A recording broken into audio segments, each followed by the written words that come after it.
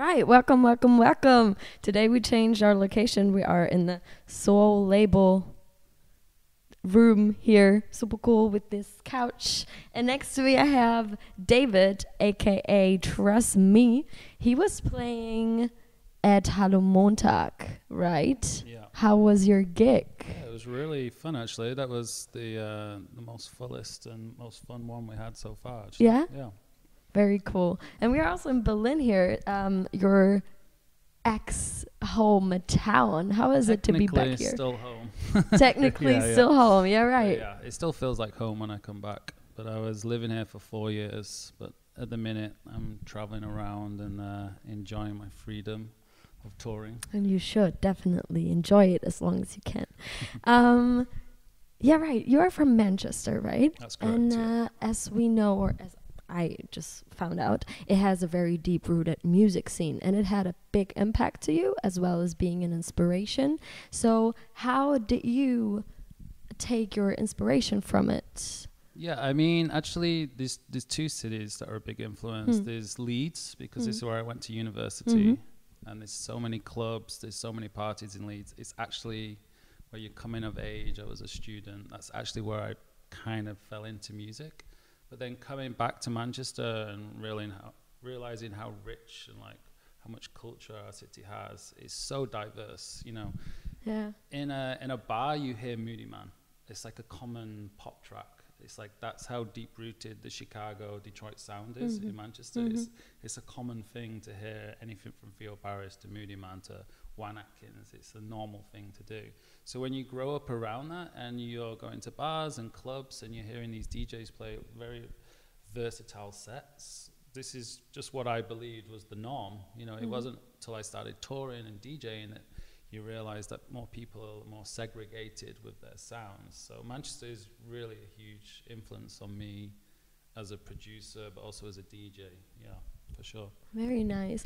Also, if we are talking about you and your style is actually very housey and funky and groovy, with a lot of like voiceovers, music, like sounds of people who are singing and whatever, and samples. And if we compare it to your new EP that or LP that was released in, when was it released? Planet 4? Yeah, maybe 2 years ago. 2 years ago, yes. I've been kind of rolling on a cycle of an album every 2 years. Yeah, not no, that's okay. but That's just good. That's just the way it's happened. Yeah, that's a good period to release an album. And if we compare it to your like funky sound, it was a little more techno affiliated. Yeah. So it was basically like Planet 4, also the name. It was like, to me, when I listened to it, it was like, okay, this is like the soundtrack of me being on this Planet 4, like exploring all these different landscapes. Okay, now comes next somewhere, I don't know, where I can see like ocean things or mountains or whatever. So it was very techno-like. What did drive you to explore this for you? Well, I'm quite happy because you've just got the whole concept of the album in one there. I mean, I wanted to make a concept album that would almost be associated with a film as a soundtrack. So the whole point of Planet 4 is obviously the fourth planet. It's Mars. Oh, it's Mars. And Okay. I got obsessed with this conspiracy theory because for some reason, all this traveling and flying on planes, I was reading a lot of science, going back to this kind of stuff. And as we were mentioning before, Carl Sagan, I started to get more into this guy. And then there was the whole thing with Elon Musk and this whole, we're going to go to Mars. And then I came across this conspiracy theory that we're already on Mars and that JFK believed it. And then I started delving into this conspiracy theory stuff just for fun. And I found all these quotes and samples, and you'll hear these like spotted and sprinkled all over the album. So the whole album was supposed to be as if we were arriving with the first track. It's about landing on Mars, and then the second track's almost appearing to be like, oh, there's somebody already here. And the whole journey is like this periodically. The music video is like Amy Rose, who's this really talented video producer. She actually had the video commissioned to be on Now, the amazing website that everyone puts on. And for copyright reasons, we couldn't use that. But, you know, this is what happens sometimes when people are being creative. But with those videos, we showed landing on Mars and then moving forward, like finding people on there. So the whole concept was around this. I wanted to make something that could almost be licensed by TV or film or something as well. Again, testing myself. I just wanted to try new things and try new styles of production. And I don't want to stay in a box. I always want to try and learn something new with each project. Yeah, that's cool. It also suits you. I mean, are you working on another LP? Because you said it's 2 years ago, and every 2 years you're doing like... So now it's come back full circle. For the original sound, like my first album, Working Nights, seems to be like I'm repressing this thing continuously every month. People want it again and again, including the second album as well. The sound is very now. It's very back. And a lot of those people... like Honey, for example, and Rush Hour, who are kind of slogging away in the background, always doing cool stuff. Now they're like the biggest in the game. Like, for example, Deckmantle. I mean, the music they put on shouldn't be able to fill 7,000 people dancing. Like, it wasn't like that when I put out my first album. It was like a struggle. But now these guys are headlining and the huge names. He's just got a residency at XOYO for 12 weeks. Like, that's unheard of, the kind of music that he plays. So I think the time is now to make that album again, you know, and make a sequel almost to Working Nights, and that's what I'm working on now. Okay, we're stoked to listen to it and to see when it's going to be released. Yeah. Very nice. You're also running a label, right? It is called Prime Numbers. It seems to be a common thing that DJs that were like in the industry for a couple of years, maybe even decades, that they, you know, start running a label. How did you come to this point to do that? Yeah, I think the label for me came around more because I was getting frustrated with not being able to put out enough releases that I wanted to put out. So in having your own label, you can be in control of the whole creative process. You're in control of the music, you're in control of the art, the direction. I had Carhartt sponsor the whole label, so I had them involved, and all these ideas and concepts and contacts I wanted to use for myself and not for other people. So the natural step is always for a lot of producers just to create your own label, because you have full creative license and control of the music. But now it seems like it's almost like every producer has their own label. Nobody seems to want to be loyal to any particular label.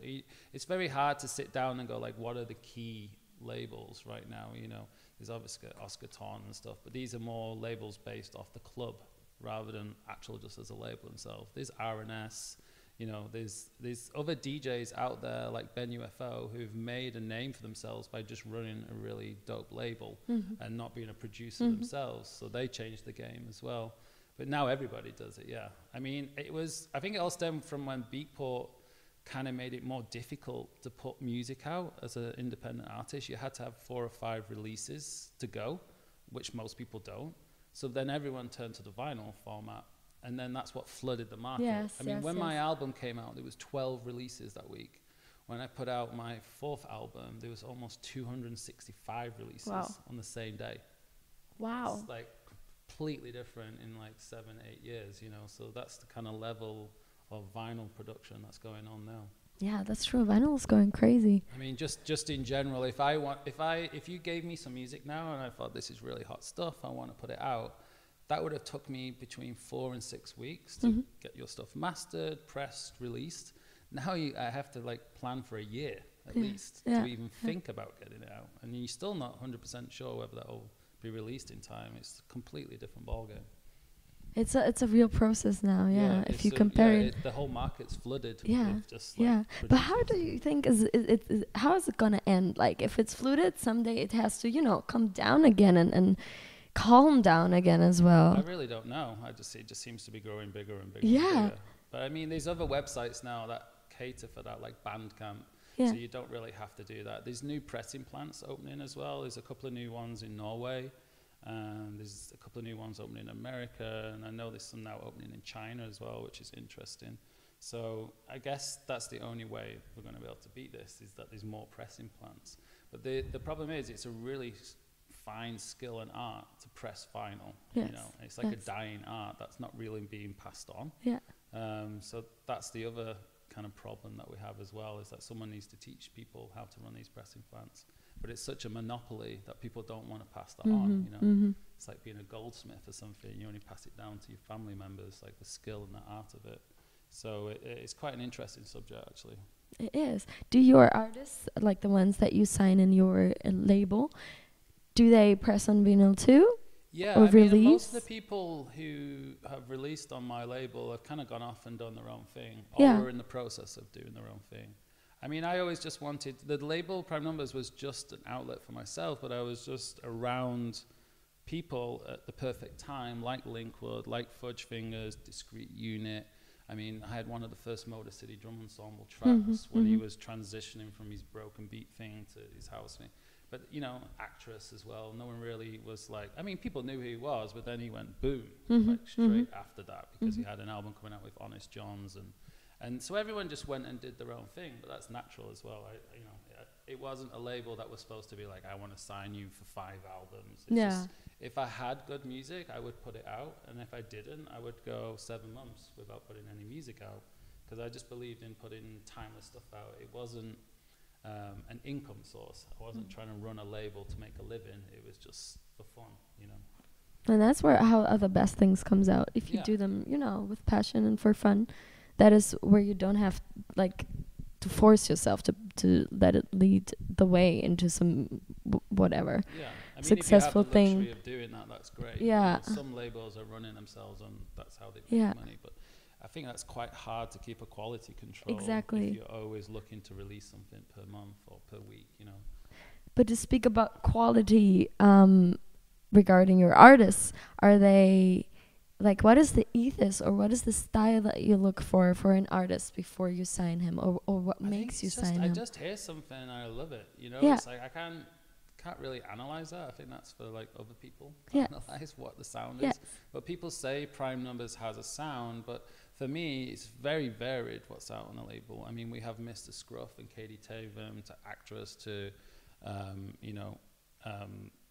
like people like Andres, who people was, you know, Andres wasn't really getting pushed at that point. A year later, he had a 12 out. It was the best-selling 12 all year after I had a release on the label. I'm not saying the label did that, but what I'm trying to say is I just used varied people all the time, and I would put Move D with Motor City Drum Ensemble and Andres on the same EP to try and like introduce people to these different styles. You know, hopefully if there's one reason to buy the EP, then you'll be into the others, and then you say, you know, you sell more vinyl because there's 3 reasons to buy it from 3 different genres of people. So, but in the end, they all became associated with each other anyway. So, you know, it was just a concept and an idea that I had. So there was no one general sound.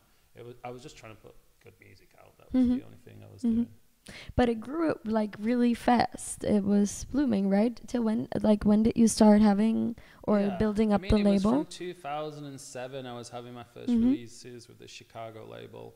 And then around 2008, 2009, the first Linkwood 12 that kickstarted the label, Rest in Peace it was called. And and then my album was dropping around the same time with a Manchester label called Fat City Recordings. And then, everything just kind of snowballed at once. But what it was these people kind of glued to me because they were into the same kind of sound, and they were wanting to, like, the renaissance of that whole Detroit, Chicago sound that kind of died. And we were all just trying to make music that we wanted to hear, I believe, you know. And then that kickstarted a whole kind of scene and a kind of movement. And so, you know, people saw me as a cornerstone of where to send that music. So I just get inundated with people sending me music, you know, from Detroit, from Chicago, or like all these old cats that wanted just to send me their old stuff. And that's why we had people like Reggie Dokes and Piranha Head, you know. I worked with people like Amp Fiddler. I mean, look at Amp Fiddler now. He's huge. He's touring all over the place. Yes. But, you know, he was just, no one really knew he was the keyboard player behind Moody Man and like one of the backbones and stuff. Oh. And now I'm so happy because he's like, everyone loves him and he's like a huge artist, you know. We finally made it. But if you just make good music, I think eventually it'll just blow up, you know. True. They just need also the room, like, that you give them, I guess, with your label. It's like not that what you said, like, I sign you and you have to give me like 5 albums and then we'll see how we're going on. It's like you give them the freedom and they just kept it open. I mean, if they wanted to send me more music, that was great. If they wanted to do their own thing, I was fine with that as well. That's cool. So how long are you staying in Berlin? I mean, right now? Yeah. I don't know. I mean, I just come through periodically and I hit up all the venues that I like to play, from, you know, from obviously Hallo Montag to Heidi Glue and various other venues that I like to play at. More to feed the soul, really, and just like to come and meet everybody. All my records are here. So at some point I have to dig through my stuff and create collections before I go off on other tours. Isn't that hard to get them, like, all of these records, to bring them from A to B? Well, I mean, like, I just toured America for 6 weeks and I came back with about 350 records and they just went straight into my storage. So it's like I need somewhere to kind of put everything. So how many records do you, like, take with you if you go on tour? You're going on tour again, right? To Russia? America, I take 0 records. Yeah, because they fill my bags up true. with all the records to bring back. Yeah. But yeah, I mean, in general, if I'm playing in Europe, I would take around 60 to 70 records, because in Europe it's more set up for vinyl DJs. But if you're going to America, if you're going to, which is strange because that's where the vinyl is, and if you're going to Asia or South America, there's just no point taking vinyl because everything's set up for CDJs, and you know, you just run the risk of that not being able to play your music. So I always have to, you know, have a full USB setup. Like, it's just the state of the age that we're living in right now. You know, it's not always the right time to play vinyl. How's it in Russia? Because you're going to tour, like, after Berlin, you're going to go to Russia. Yeah. What is going on there? Are you playing with vinyl or? Again, it's just like it's. I haven't actually played there for 8 years. So wow. This is like the first. The last time I played there was for Propaganda and Nina Kravitz before she was Nina Kravitz. You know, she was just known as this great DJ who was playing the Propaganda parties. And I think she just did a breakthrough period on RA as well, and that's how we made contact and we were in touch and stuff. And yeah, but I haven't been for 8 years, so I actually have no idea what's going on there. So I have 4 or 5 dates that I've just confirmed now, so I'm kind of excited to go and see what's happening in Moscow and St. Petersburg. Cool. Yeah, sounds good. In the beginning, you said you went to university. Yeah. What did you study? I did multimedia, and within that period, I did music production. Okay. And that's kind of why I fell into it. Okay. As I was doing that, I then also did an extra master's, and I did a master's in business because I wanted to make sure I was covered in case the music thing didn't work out. And while I was doing that, I did the School of Sound Recording in Manchester, and learned all about engineering and production, and then literally the end products that I made from that evening course while I was doing my master's was released on this Chicago label, and then I just didn't have an option. It just happened, you know.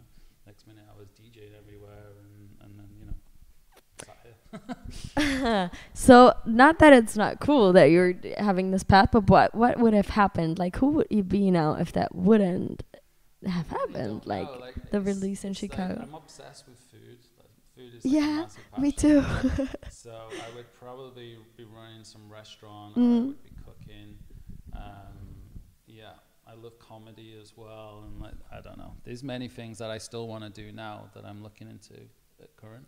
But you know, as I said, I did a master's in business, so it would have been something business like that. orientated. Yes. My own kind of entrepreneurial spirit of trying to do something different. You know, I've ran import food companies while I've been doing this. I've imported British gourmet pies like for the last 3 years into Berlin. I've done pop-up events and had people like Radio Slave come and play their private collection while people eat pie and mash and gravy. It's quite funny, you know, when you have people like, you know, from Ben Clock to Marcel Detman sat there eating the pies while Radio Slave's playing these jazz records. It's cool. It was a peculiar concept, but I always like doing interesting stuff like this. That's cool. That's a good like combination of two things. Yeah, I mean, you always got to think about what you're gonna do next. Yes. After music, it's not gonna be forever. I don't want to be 70 still playing in clubs, you know. So it's like I'm thinking about other things now as well. I will always run the label. I'll always produce music, but the DJing will slow down for sure. I mean, it is. I don't know. It's not soaking up energy because you're giving exactly. Yeah. It's also like tiring. The only job in the world where they offer you every party fun thing you can imagine you do, and then ask you to go to work in the same breath. Yeah. There's not many jobs like that. So it is taxing to the body, and you can't do it forever, for sure. But it's fun, right? What was your best gig? Oh, Or like not the best gig, but the one that was like the most fun. I mean, to be honest, I just love playing in America. Yeah. Nowhere else in the world gets the music as much as that. Okay. Also, my hometown in Manchester as well. It's like they're very open-minded. I love to play in Amsterdam as well. It's more where you feel like you can be free and you can really express yourself. And you know, that's to say I can do that in Berlin as well. Obviously, I wouldn't have stayed here for that long. But you get to know venues and people trust you and they let you play what you want to play, you know.